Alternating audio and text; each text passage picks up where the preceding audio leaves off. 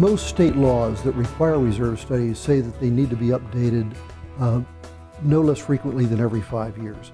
The industry standards call for 3 to 5 years, and for some new communities, 5 years is fine.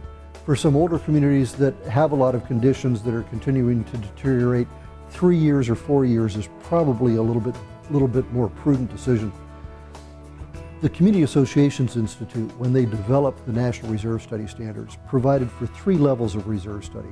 The first reserve study that is done for a brand new community, for a community that's not had a reserve study before, is called a Level 1 reserve study, where your reserve provider comes out, they establish what's going to be included in the reserve study inventory, they do the quantity takeoffs and measurements, they do the estimates of remaining useful life based on the on-site condition assessment, and then they do the estimates of replacement costs.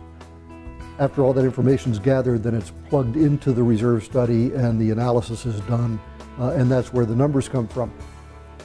Every 3 to 5 years then, a community should be doing a Level 2 update.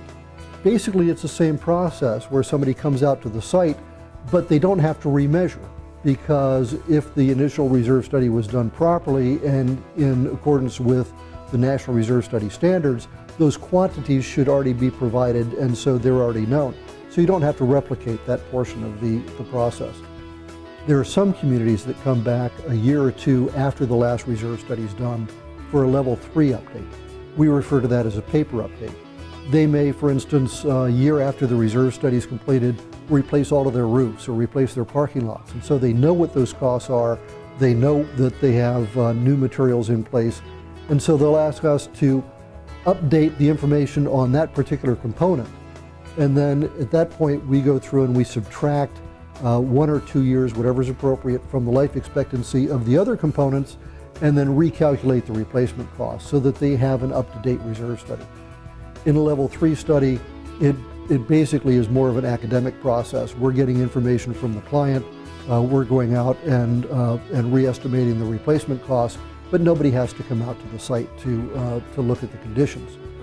So by providing those 3 levels of reserve study, the Level 1 full reserve study, the Level 2 update with the site visit, and the Level 3 reserve study update, the paper update, it allows communities to keep their reserve funding program up to date.